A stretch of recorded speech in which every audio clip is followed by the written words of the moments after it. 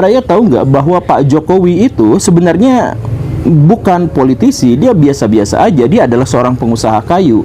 Tetapi kenapa dia bisa menjadi pejabat dan menjadi politisi dan akhirnya menjadi presiden dan sekarang jadi senior dari sebuah partai politik yang sangat besar atau senior dari beberapa partai politik yang sangat besar? Kan ceritanya di Solo itu dulu. Tapi tak lama setelah itu, tiba-tiba Pak Jokowi mengatakan, oh sekarang saya mau bikin jalan tol. Tepat disitulah, menurut saya itu momen di mana Pak Jokowi menyerah dengan idealismenya dan kemudian ikut pada kelompok-kelompok politik yang jauh lebih besar daripada itu. Dan setelah itu apa yang terjadi? Setiap Pak Jokowi mau mengeluarkan kebijakan, baik itu sebagai kepala daerah DKI maupun kepala pemerintahan di Indonesia, beliau itu sedikit-sedikit nanti nunggu restu dari Ibu Mega, sedikit-sedikit nanti saya tanyakan dulu sama Ibu Mega dan sebagainya, kan begitu. Bahkan dia diam ketika Ibu Megawati mengatakan bahwa Pak Jokowi itu adalah petugas partai. Bahwa sekarang Pak Jokowi itu sudah menjadi senior, sudah menjadi godfather yang baru gitu. Jadi ketika awalnya di pelonco, kemudian sekarang dia kemudian menjadi pengurus himpunan dan pada akhirnya dia menjadi yang teratas, menjadi senior utama dan semuanya menjadi takut pada beliau itu gitu. Nah, bikin dinasti, kemudian bikin jaringan-jaringan kekuasaan yang baru dan lain sebagainya. Sedemikian sehingga sampai bahkan semua calon presiden di Indonesia sekarang itu pasti dikaitkan dengan Pak Jokowi. Misalkan Pak Prabowo gitu ya. Pak Prabowo itu kan selalu ada spanduknya misalkan di sana itu bahwa ada ucapan, ada kutipan Pak Jokowi, yaitu sekarang waktunya atau sekarang gilirannya Pak Prabowo untuk mengurus negara. Kan ngurus negara itu harusnya yang milih rakyat, tapi kenapa di situ spanduknya ditanamkan bahwa kata Jokowi, sekarang waktunya Pak Prabowo gitu. Jadi kan sebenarnya secara etika konstitusinya ini bermasalah, tetapi apa boleh buat lah, itu kan cuma spanduk gitu ya. Tapi bahkan Pak Prabowo pun sekarang mendompleng nama Pak Jokowi untuk melanjutkan gitu ya.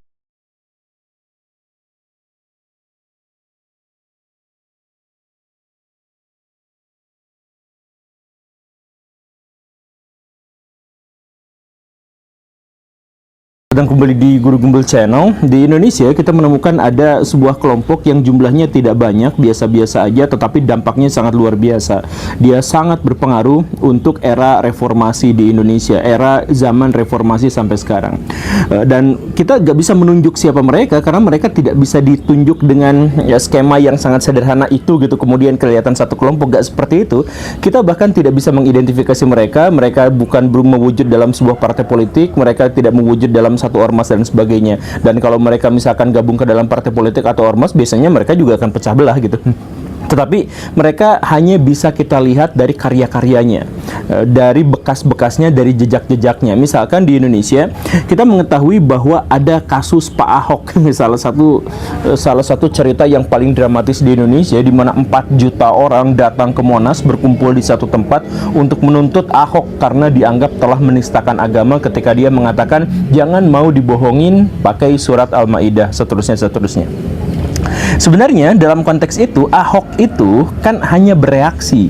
Jadi ceritanya ada orang-orang yang mengkampanyekan supaya jangan pilih Ahok karena dia kafir. Ini dalilnya surat Al-Maidah ayat sekian. Lalu karena marah dengan itu atau karena Ahok memutuskan untuk bereaksi atas pernyataan itu, maka Ahok kemudian mengatakan jangan mau dibohongin pakai surat begini dan begitu, kan begitu ya. Nah, jadi Ahok itu sebenarnya bereaksi atas kelompok yang tadi itu. Jadi kemudian ketika Ahok nanti diseruduk, diserang dan sebagainya, itu sebenarnya hanya gara-gara dia bereaksi terhadap kelompok yang dimaksud itu, begitu. Dan akhirnya kelompok itu pula lah yang mengeksekusi Ahok gitu.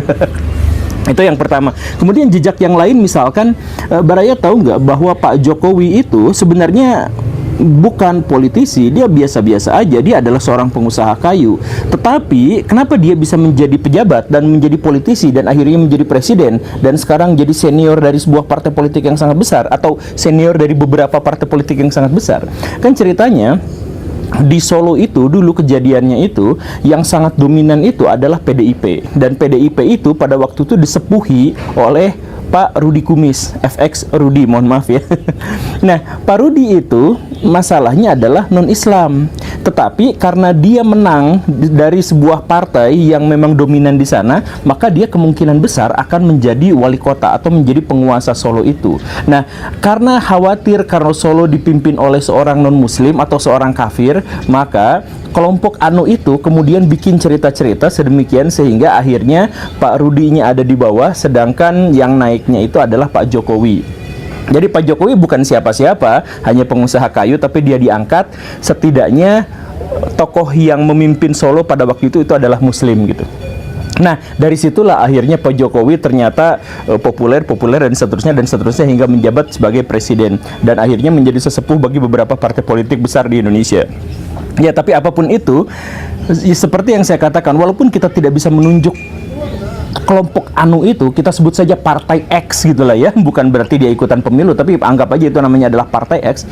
Walaupun kita tidak bisa menunjuk partai X yang dimaksud itu, kita bisa mengetahui jejak-jejaknya dan dampaknya sangat besar. Ahok bisa begini begitu adalah gara-gara partai itu, dan Jokowi bisa naik sebagai presiden itu adalah gara-gara partai itu. Dan kita juga memang tidak akan fokus kepada kelompok yang dimaksud itu atau partai X yang dimaksud itu, karena kita akan fokusnya kepada Pak Jokowinya.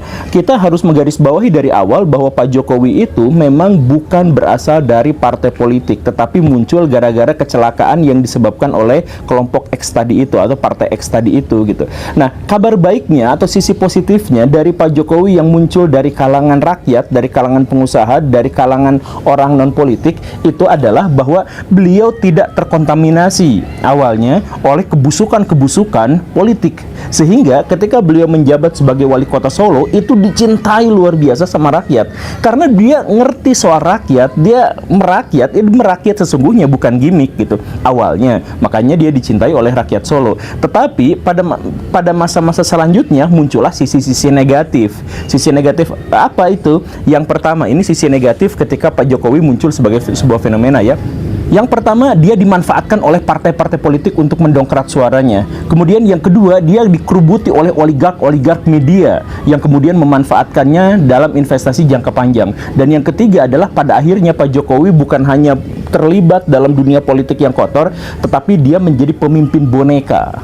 Nah, kita runut satu-satu ya. Kita runut dari bahwa Pak Jokowi itu kemudian dimanfaatkan oleh partai-partai politik untuk mendongkrak suaranya. Misalkan gini Baraya, kan kita mengetahui bahwa Pak Jokowi itu karena bukan berasal dari partai politik, maka dia masih bersih secara politik, dan ketika menjabat sebagai wali kota Solo, dia sangat dicintai oleh rakyatnya. Nah, ini kemudian dimanfaatkan oleh partai-partai untuk mendongkrak suaranya. Bahkan sampai sekarang PDIP dengan, saya mohon maaf ya, dengan Ibu Megawatinya percaya sepenuhnya bahwa Jokowi bisa naik sebagai presiden, menjadi orang besar dan sebagainya, itu adalah gara-gara PDIP-nya gitu. Bahkan Ibu Megawati berkali-kali menekankan, menegaskan bahwa Jokowi itu bukan siapa-siapa tanpa PDIP dan sebagainya. Padahal kalau misalkan kita lihat datanya, yuk kita nonton datanya Baraya, justru sebaliknya, PDIP itu dulu suaranya tuh mau anjlok, tidak tertolong, dan satu-satunya cara agar dia bisa suaranya bisa bertahan di atas adalah dengan mencalonkan Joko Widodo sebagai kepala daerah di Jakarta dan kemudian menjadi presiden di Indonesia, kan begitu. Kan makanya dulu itu kan, saya mohon maaf ya, kan Ibu Megawati itu pengen berkuasa, tetapi kalau misalkan mencalonkan dirinya sendiri maka suara PDIP akan jatuh, dan sebenarnya PDIP dan Megawati juga sebenarnya tidak memiliki celah suara yang signifikan. Karena itu diangkatlah Jokowi. Maka Jokowi itu sebenarnya adalah cara PDIP untuk bisa mempertahankan suaranya, kan begitu. Bukan sebaliknya, bukan Jokowi tidak ada apa-apanya tanpa PDIP. Sebaliknya, Jokowi digunakan oleh PDIP untuk menaikkan suaranya, kan begitu ya. Itu datanya, atau itu misalkan itu penjelasannya, itu surveinya pernah ada gitu. Makanya sekarang pendukung Jokowi itu jauh lebih banyak daripada pendukung PDIP gitu. Makanya PDIP naik itu gara-gara Jokowi dan kemudian Ibu Risma dan seterusnya gitu ya. Nah, tapi apapun itu, sisi buruk dari kemunculan Jokowi sebagai fenomena itu adalah bahwa dia menjadi alat politik untuk menaikkan partai politik tertentu. Itu yang pertama. Dangdutannya udah mulai lagi. Itu yang pertama. Kemudian yang kedua itu adalah sejak Jokowi berkuasa atau sejak Jokowi muncul itu, dia langsung dikerubuti oleh oligark media. Dia menjadi media darling, dia dicintai banget sama media. Buku-buku tentang dia bermunculan, kemudian artikel-artikel yang menjelaskan tentang karir politiknya bermunculan, semuanya bermunculan, dan seterusnya. Dan pada akhirnya itulah yang kemudian dijadikan kendaraan oleh Jokowi naik sebagai presiden.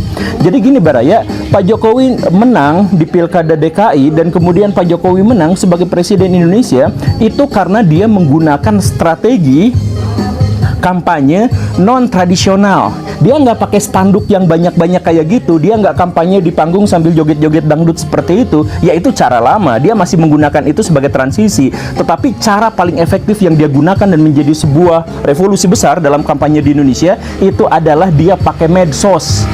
Ada buzzer-buzzer langsung berkumpul di situ, bikin cerita, bikin akun-akun palsu apa segala rupa. Kemudian di media sosial dia masuk ke situ, di media massa dia menguasai itu apa dan sebagainya. Sehingga orang-orang di generasi baru yang lebih banyak nonton YouTube dan televisi di zaman itu ya, daripada dia harus keliling-keliling lapangan untuk mencari siapa yang kampanye, itu akhirnya tertarik memilih Jokowi. Jadi Jokowi itu bisa menang gara-gara oligark dari media-media yang menguasai Indonesia itu semuanya berpihak padanya, atau kebanyakan berpihak padanya. Dan itu masalah yang kedua. Dan akhirnya apa? Ya media-media itu pada akhirnya mendapatkan investasi jangka panjang dengan berita-berita politik yang selalu hangat dan bombastis berkaitan dengan Pak Jokowi dan lawan-lawan politiknya. Kan begitu ya. Itu yang kedua. Kemudian yang ketiganya itu adalah bahwa pada akhirnya, saya mohon maaf sekali, Pak Jokowi dijadikan sebagai pemimpin boneka. Sekali lagi saya mohon maaf ya, ini tafsiran saya aja.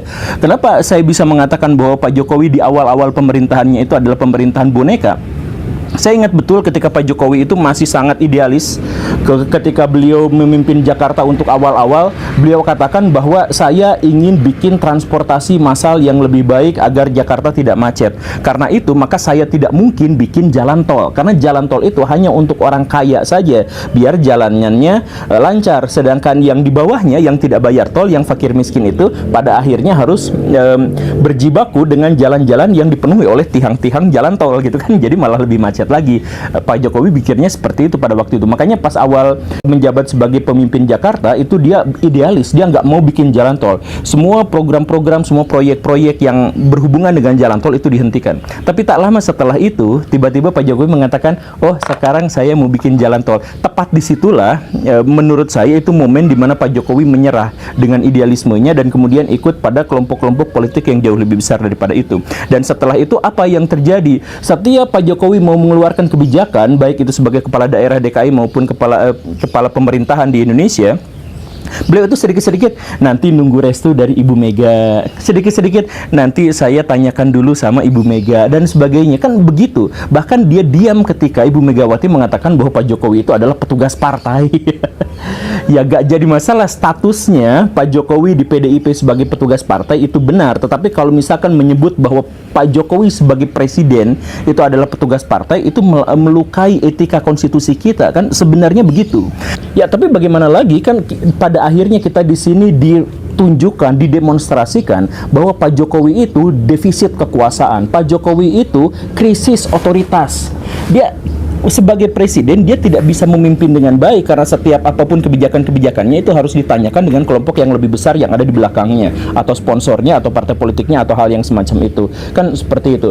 Dan ini harus kita tegaskan bahwa ini adalah Jokowi periode awal, di mana dia bagaimanapun harus meniti karir sebagai politikus, tetapi meniti karirnya langsung ada di atas. Karena itu ya wajar-wajar saja kenapa beliau bisa menjadi seperti itu. Dia miskin pengalaman, tidak punya koneksi dengan orang-orang besar, dia bisa aja digulingkan dan akhirnya negara menjadi semakin chaos kalau seandainya dia tidak harus sungkem sama orang-orang yang lebih besar di partai politik, kan begitu ya. Nah, tetapi seiring berjalannya waktu, ketika Pak Jokowi sudah menjadi penguasa yang lebih baik, ketika Pak Jokowi sudah dekat dengan partai-partai politik, elit-elit politik, sudah berhubungan secara mantap dengan akses-akses terhadap kekuasaan dan terhadap finansial yang lebih besar dan sebagainya, maka Pak Jokowi itu mulai berani melakukan sesuatu, berani melakukan tindakan-tindakan yang besar. Tapi tindakan-tindakan yang dimaksud itu agak cenderung berlebihan dan otoriter gitu. Kalau misalkan Baraya cek, ada periode di mana Pak Jokowi itu benar-benar menjadi otoriter, menjadi tegas, menjadi misalkan anti terhadap kritik. Ada kondisi di mana Pak Jokowi itu kemudian anti terhadap oposisi, atau ada waktunya di mana Pak Jokowi itu misalkan atau orang-orang yang ada di sekelilingnya itu menggunakan undang-undang ITE gitu, yang karet itu misalkan untuk menjebak pihak lain dan sebagainya. Ada masanya yang seperti itu memang Pak Jokowi. Ini menunjukkan apa? Transformasi. Jadi Pak Jokowi yang awalnya itu adalah seorang junior yang baru masuk kampus, kemudian dipelonco sama kelompok-kelompok yang lebih besar, kemudian dia mulai cerdas, mulai hebat, mulai baik, mulai berkuasa, sehingga dia masuk ke jadi pengurus himpunan yang seperti itu.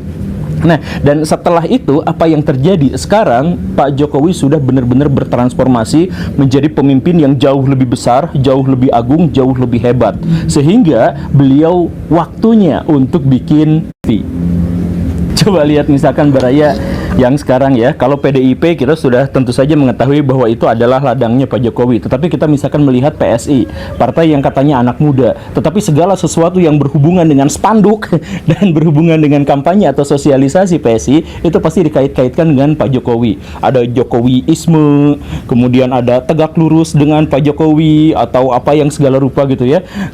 Jadi PSI itu saya bingung pada saat ini gitu ya, kan mengakunya sebagai partai anak muda dengan gagasan muda, dengan idealisme muda dan sebagainya, tetapi sejak awal sangat terlihat pragmatis, setidaknya dilihat dari kampanye-kampanyenya gitu, atau dilihat dari sosialisasinya. Kok bukan mengedepankan program, bukan mengedepankan gagasan, ideologi kami itu ada di sini dan sebagainya, tetapi yang dikedepankan itu adalah figur gitu ya. Bahkan mengangkat anak Pak Jokowi sebagai ketumnya dalam waktu yang sangat sebentar ya, walaupun ngobrolnya udah lama gitu ya, tapi diangkatnya dalam waktu yang sangat sebentar.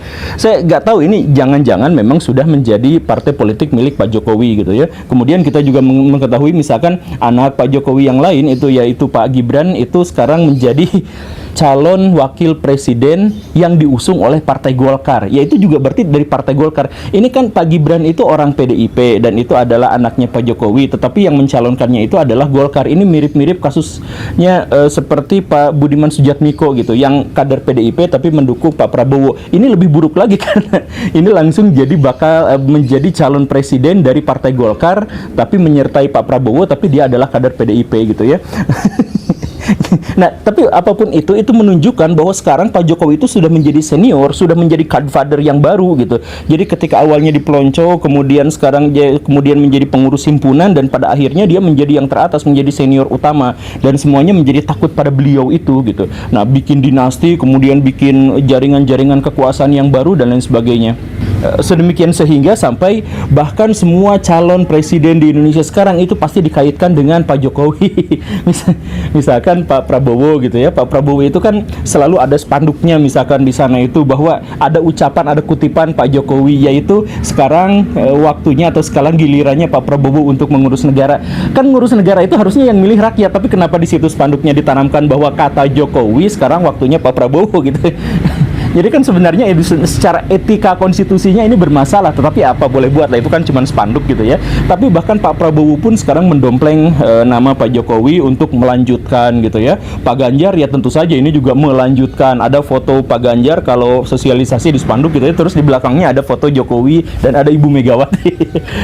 Jadi Jokowi sekarang jadi tokoh sentral, dan bahkan Pak Anies yang menjadi lawan ya sekarang yang katanya perubahan, tidak melanjutkan Jokowi tapi perubahan, koalisi perubahan itu nggak tahu gimana ceritanya calon presidennya adalah Pak Anies, tapi wakilnya secara mendadak tiba-tiba menjadi Caimin atau Gus Imin yang sebenarnya memiliki hubungan yang akrab dengan Pak Jokowi di masa yang sebelumnya gitu. Jadi sebenarnya ya semuanya jadi Jokowi gitu. Pak Prabowo iya, anaknya jadi calon wakil presidennya, kemudian Pak Ganjar iya karena berasal dari partai politik yang sama, kemudian Pak Anies iya karena wakilnya ternyata adalah temannya Pak Jokowi dan sebagainya. Ya mungkin itu mah jadi semuanya mengerucut pada satu tokoh yang namanya Jokowi, dan akhirnya ada yang namanya Jokowiisme gitu. Ini menunjukkan bahwa transformasinya berhasil dari orang yang dipelonco sampai sekarang menjadi seniornya yang paling utama gitu ya. Mungkin kalau misalkan diasosiasikan begitu gitu ya, atau diumpamakan menjadi seperti itu. Dan ada yang unik juga kemarin-kemarin itu, ada dua yang unik tuh. Menurut saya itu ada yang dua yang unik. Yang pertama itu adalah ini aneh. Jadi sejak Nasdem mengajukan Pak Anies Baswedan sebagai calon presiden yang itu merepresentasikan oposisi Pak Jokowi, itu benar ya, merepresentasikan oposisinya Pak Jokowi gitu ya. Nah, ternyata Nasdem itu langsung diguncang oleh banyak sekali skandal-skandal. Gak lama setelah dia menyatakan Pak Anies yang menjadi calon presidennya, tiba-tiba tokohnya misalkan Pak J. Plate itu ditangkap KPK gara-gara korupsi sekian triliun. Terus Pak Limpo tiba-tiba ditangkap KPK gara-gara kasus korupsi. Bahkan Gus Imin kasus-kasus yang dulu dikuak lagi sama KPK sekarang gitu. Gimana? Apakah ini, saya nggak tahu ya, ini kebetulan atau enggak. Tapi kalau misalkan ini kebetulan, kayaknya kebetulannya keterlaluan. Jadi nggak lama setelah mencalonkan dari pihak oposisi, Nasdem kemudian digoncang dengan huru-hara partai politik yang korup dan lain sebagainya. Kita tidak tahu itu. Tapi kok pas gitu. Dan ternyata sekarang juga KPK-nya juga bermasalah karena ketuanya sekarang ternyata juga ada intrik begini dan begitu, dan diselidiki juga sama polisi. Jadi penegak hukum diselidiki sama penegak hukum yang lain, dan kita tidak tahu penegak hukum mana yang lebih bersih daripada yang lain. Ya tapi sudahlah, tapi intinya bermasalahnya di situ gitu. Dan ada masalah yang lainnya, ada kebetulan yang lain lagi, yaitu bahwa kemarin MK itu kemudian memutuskan bahwa Pak Gibran boleh saja menjabat sebagai calon wakil presiden, atau boleh saja menjadi calon presiden karena walaupun usianya tidak pas, tetapi beliau sudah pernah menguasai satu daerah tertentu atau sudah berkuasa di satu daerah tertentu. Jadi kan keputusan MK itu adalah calon presiden dan wakil presiden di Indonesia itu minimal berusia 40 tahun dan atau sudah pernah menjadi kepala daerah. Nah ini Pak Gibran kan sudah. Jadi intinya adalah begini ya. Ini mah pikiran saya ya, tafsiran saya. Kalau misalkan beda pendapat ya silahkan aja. Tapi tafsiran saya adalah kan Gibran itu mau berkuasa tetapi terhalangi oleh konstitusi bahwa usianya harus segini-segini dan sebagainya. Nah, bukannya Pak Gibrannya yang mundur, konstitusinya yang dirombak, yang dirubah gitu. Jadi kalau misalkan ada masalah dengan saya, aturannya yang dirubah, bukan saya yang harus didisiplinkan sesuai dengan peraturan, kan seperti itu. Ya kurang lebihnya begitulah ya. Saya nggak tahu benar atau salahnya, dan pertimbangan-pertimbangan mungkin mereka lebih benar, kan ahli, mereka tuh ahli gitu ya. Ahlinya ahli gitu, profesor apa segala rupa, mungkin juga mereka lebih paham soal tata negara. Tapi agak kebetulan juga, dan sepanjang yang saya tahu dalam konstitusi negara itu, jadi gini, konstitusi itu bukan menjadi sebuah pesanan dari satu kelompok tertentu. Idealnya begitu. Maksudnya kalau sekarang ada keputusan MK yang berubah, nah maka itu akan berlaku untuk periode selanjutnya, bukan periode sekarang. Kalau misalkan periode sekarang ya kelihatan banget kan itu demi kepentingannya gitu. Misalkan di Amerika Serikat ada perubahan konstitusi setiap saat, tapi perubahan itu adalah untuk pencalonan presiden berikutnya, bukan untuk yang sekarang gitu. Saya nggak tahu kenapa mau nyalonin sekarang tiba-tiba digugat MK-nya, kemudian MK-nya langsung meloloskan dan akhirnya lolos lah gitu. Jadi aturannya harus disesuaikan dengan kepentingan-kepentingan, mungkin itu tafsiran saya.